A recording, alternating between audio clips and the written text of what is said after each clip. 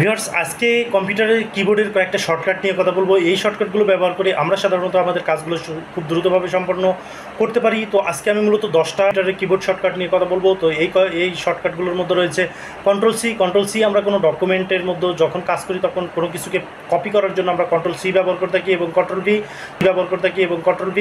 Control ভিটা মূলত আমরা ব্যবহার করে থাকি কপিকৃত বিষয়টাকে আমরা পেস্ট করার জন্য কন্ট্রোল ভি ব্যবহার করে থাকি। এবং কোনো ডকুমেন্টটা আমরা যখন প্রিন্ট করি তখন সেই প্রিন্ট করার জন্য আমরা কিবোর্ডের সাহায্যে কন্ট্রোল পিটাকে প্রেস করে থাকি। কন্ট্রোল পি প্রেস করলে আমাদের প্রিন্ট অপশন আসে এবং এই প্রিন্ট অপশন থেকে আমরা প্রিন্ট করতে পারি। তো ভিউয়ার্স, এরপরে আমি যেটার কথা বলবো সেটা হলো কন্ট্রোল এফ হলো কোনো কিছু আমরা যদি খুঁজে বের করতে হয় তাহলে আমাদেরকে কন্ট্রোল এফ প্রেস করতে হয়।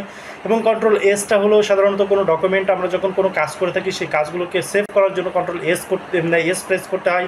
কন্ট্রোল এ হলো অল সিলেক্ট, কোনো অবজেক্টকে সিলেক্ট করার জন্য অথবা কোনো ডকুমেন্টের মধ্যে যত কাজগুলো রয়েছে অল সিলেক্ট করার জন্য আমরা সাধারণত কন্ট্রোল এ প্রেস করে থাকি কিবোর্ডের শর্টকাটের মধ্যে।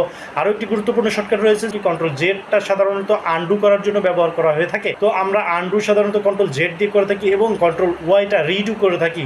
কন্ট্রোল ওয়াই দিয়ে আমরা রিডু করে থাকি কোনো ডকুমেন্টকে আমরা যদি আন্ডু করে ফেলি এবং সেটা পুনরায় ফেরত আনার জন্য আমাদেরকে রিডু প্রেস করতে হয় কন্ট্রোল ওয়াই দিয়ে। এবং এন দিয়ে আমরা কোনো নতুন উইন্ডো ওপেন করে থাকি। অর্থাৎ আমি যদি মাইক্রোসফট ওয়ার্ডে কোনো কাজ করে থাকি তাহলে আমার নতুন কোনো ওয়ার্ড ডকুমেন্ট ওপেন করার জন্য বা নতুন ট্যাব ওপেন করার জন্য আমাকে কন্ট্রোল এন প্রেস করতে হবে। কন্ট্রোল এন প্রেস করলেই আমি নতুন একটা পরিষ্কার বা সাদা একটা উইন্ডো আমি পেয়ে যাবো। তো এই ছিল আজকের ভিডিও। আশা করি ভিডিওটা আপনাদের কাছে ভালো লেগেছে। ভিডিওটা ভালো লেগে থাকলে অবশ্যই আমার চ্যানেলটিকে সাবস্ক্রাইব করবেন এবং নতুন ভিডিও পাওয়ার জন্য আমার সঙ্গেই থাকবেন।